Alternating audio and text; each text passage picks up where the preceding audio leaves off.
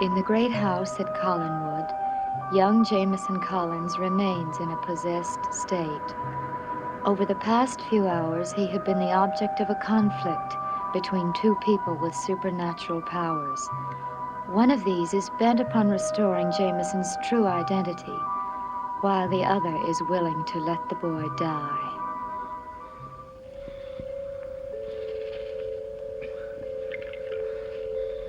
Who are you? I'm not who I thought I was. I'm someone else. Someone far away. Yes, you're someone else. Far away. You must let that someone re-enter your body. You must say your rightful name. Claim your true identity. Be as you were born.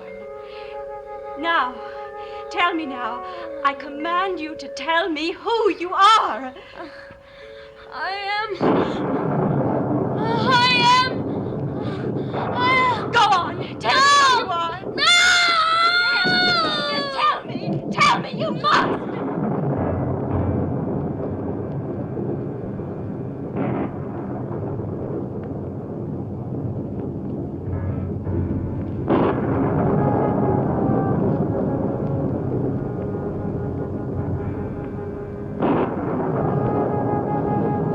Toffee, listen to me. You cannot take this boy. I will not let you have him.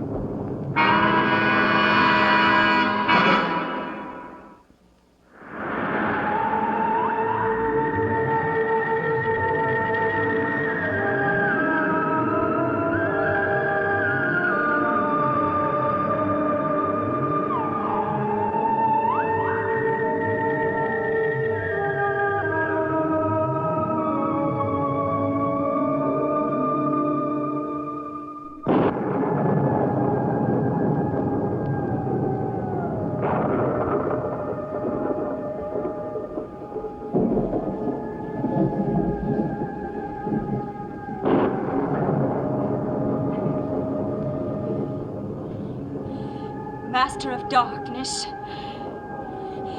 I entreat thee to look with favor upon me. Hear my plea. I beg you in this most crucial struggle. Respond to me. Help me restore the identity of this child, in order that Quentin Collins shall be mine and yours.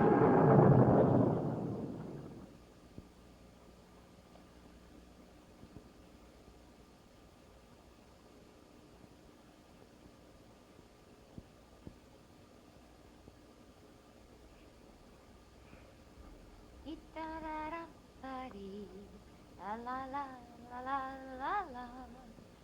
I'll do the chicken until ra ra boom day.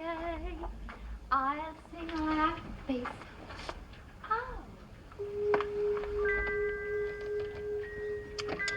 More secrets in this house. Who are you? Blimey, I didn't know anyone was there. Say, who are you anyway?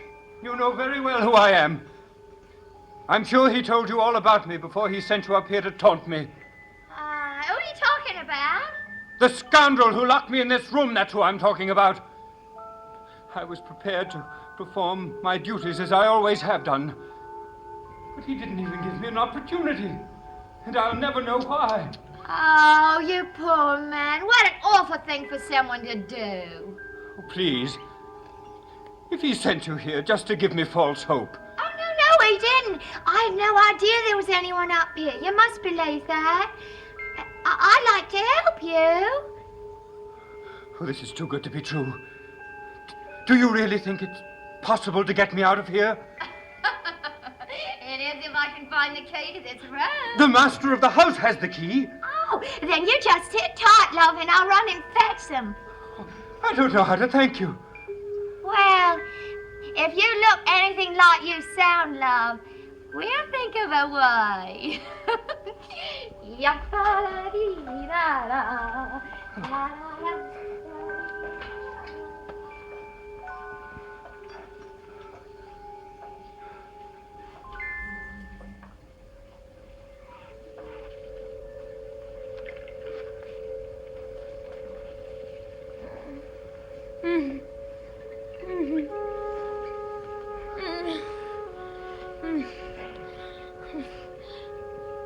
Angelique. You know who I am? Of course I do. How long have I been asleep? It's not important. Jameson, you're yourself again. What are you talking about? Listen to me. What's the last thing you remember before you fell asleep? Well, I think I remember coming down the stairs in the foyer. I was saying goodbye to that man. That man? Yes. It's funny, his name seems to have slipped my mind right now. Victor Fenn Gibbons. Yes. He certainly is a strange old man. Yes. Very strange indeed. But tell me, don't you remember anything else? Well, I know that I must have had a dream. Why do you think that? Because things keep coming into my head. Images. What kind of images? Well, there's this old box, and it's carved, and this little black notebook, and this hand that's cut off, and it has a red ring on it. I don't understand any of it. It's all right. Jameson, is far better that you don't understand.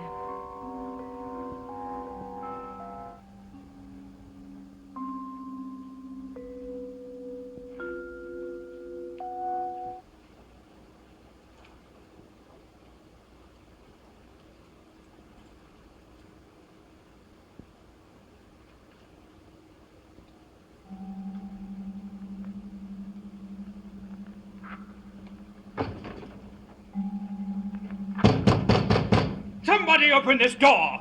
I demand to be let out of this room! I'm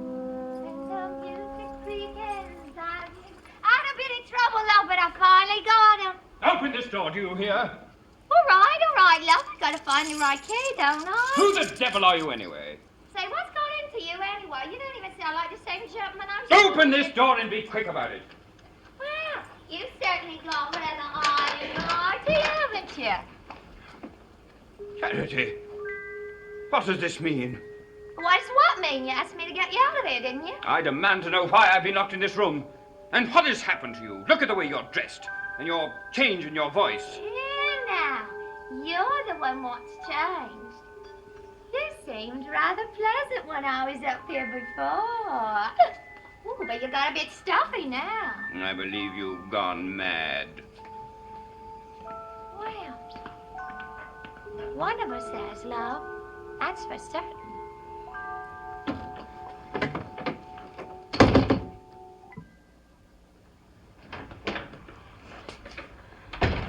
Angelique. It's all right.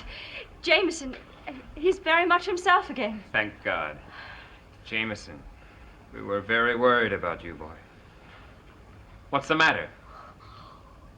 Why are you trying to kill David Collins?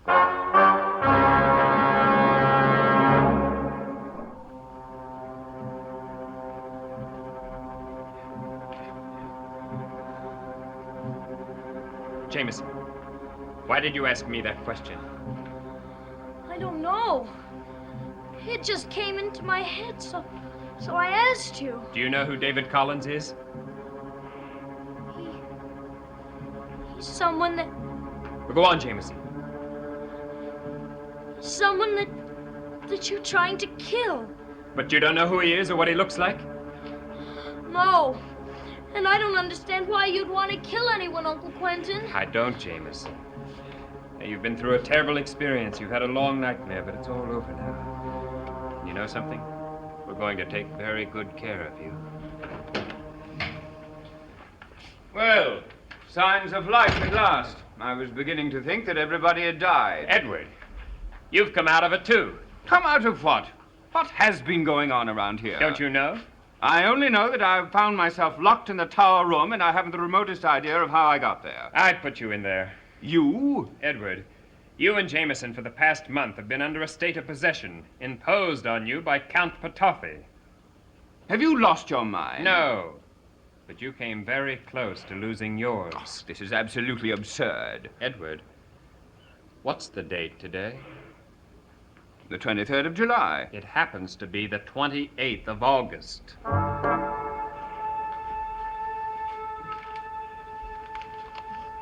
Yesterday's edition of the Bangor Herald. Look at the date. The whole month of my life. Gone. And Jameson, too? Yes, but it's all over now. I want to be alone with my son. Not yet.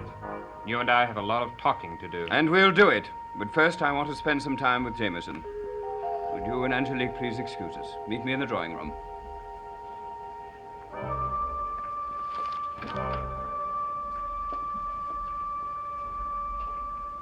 How do you feel, son?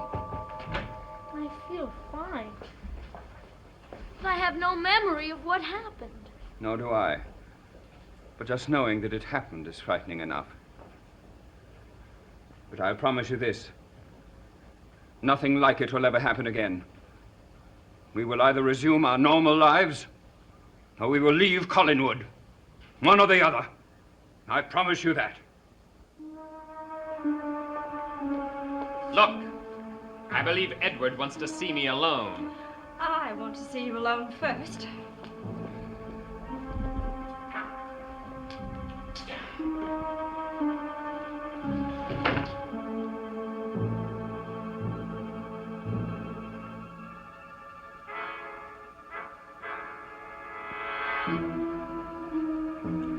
All right.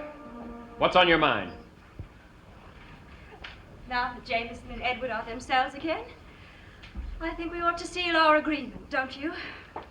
Whatever you say.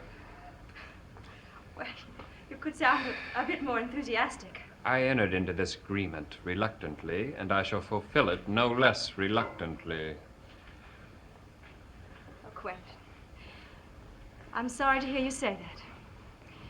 Because I like you very much. But you don't love me, any more than I love you. I don't know. Perhaps I do. Don't you think you should wait until you're sure? No. We agreed to marry, and we shall. Within the month. I leave the exact date up to you. Very well.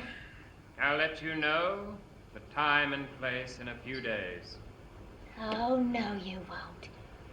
You ain't never gonna marry that one. Not on your life.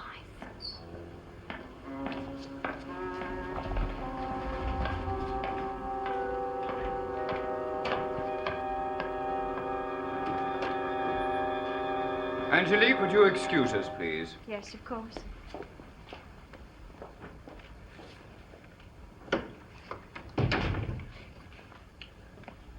I gather from what you said in the study that this possession, or whatever it was that afflicted the family, did not extend to you. That's right. Have you any idea why not? Not the slightest. Would you mind telling me what you've been doing while all this has been happening? I've been busy day and night trying to undo what Petoffy did to you. Just who is this man, Petoffy? A former house guest of yours, Victor Fenn Gibbons. Are you serious? His real name is Count Andreas Petoffy. He's a Hungarian nobleman. His friendship with the Earl of Hampshire is pure fiction. I tried to warn you about that before Jameson was possessed. You wouldn't believe me. Yes, I know. I thought it all too incredible then. I'm sorry, Quentin. I suppose if I'd been in your place, I wouldn't have believed it either. This family has had more than its share of tragedy over the past 6 months. We must set this house in order, the two of us. Edward, Petoffy is a dangerous enemy. Never mind Petoffy. I want to know about Barnabas Collins. Has he been apprehended during this month? No? Well, then, we must concentrate on finding and capturing and destroying him. He is the greatest danger to this family. Edward, if we don't deal with Petoffy and with the Reverend Trask, there won't be any family left to be concerned about. I will deal with Petoffy and Trask at the proper time. But first comes Barnabas. I'm going to find him, Quentin. And I'm going to drive a stake through his heart.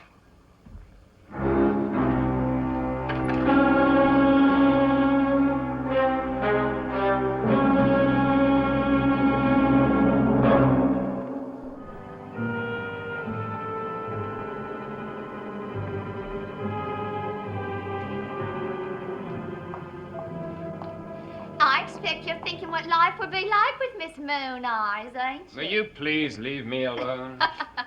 You ain't never gonna marry her. You know that, don't you? And you know why? Because you don't love her.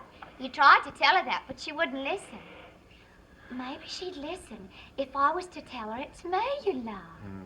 Charity, you haven't been yourself. You don't know what you're talking about. Oh, come on, love. I seen the way you've been looking at me. I know how you feel about me. You can't hide it. I'm not hiding anything. I'm going to marry Angelique. Hey, now listen. This is nothing to be making jokes about. I'm not making jokes! You really intend to marry that woman? Yes. I won't let you do it. There's nothing you can do to stop it.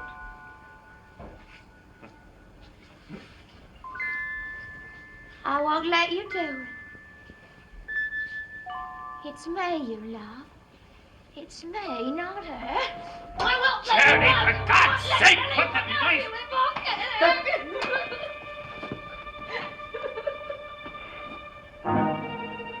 How much more of this madness must we endure? She's been like this for a week. That's another example of Petofi's unique powers. Maybe this'll convince you that something has to be done about him. Leave the room. I'll deal with her.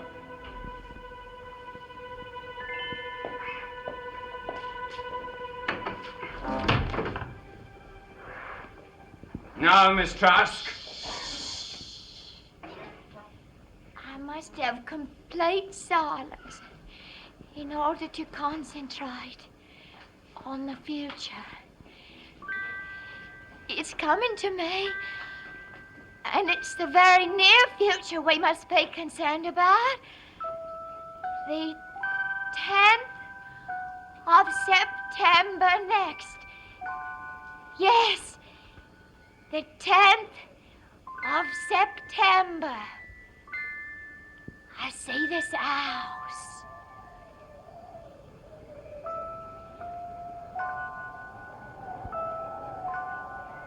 It's late. It's very late at night. There's a storm coming. The house is dark, but not everyone is in bed. I hear music. Quentin's music coming from downstairs. Now, someone is coming to the house. It's Angelique.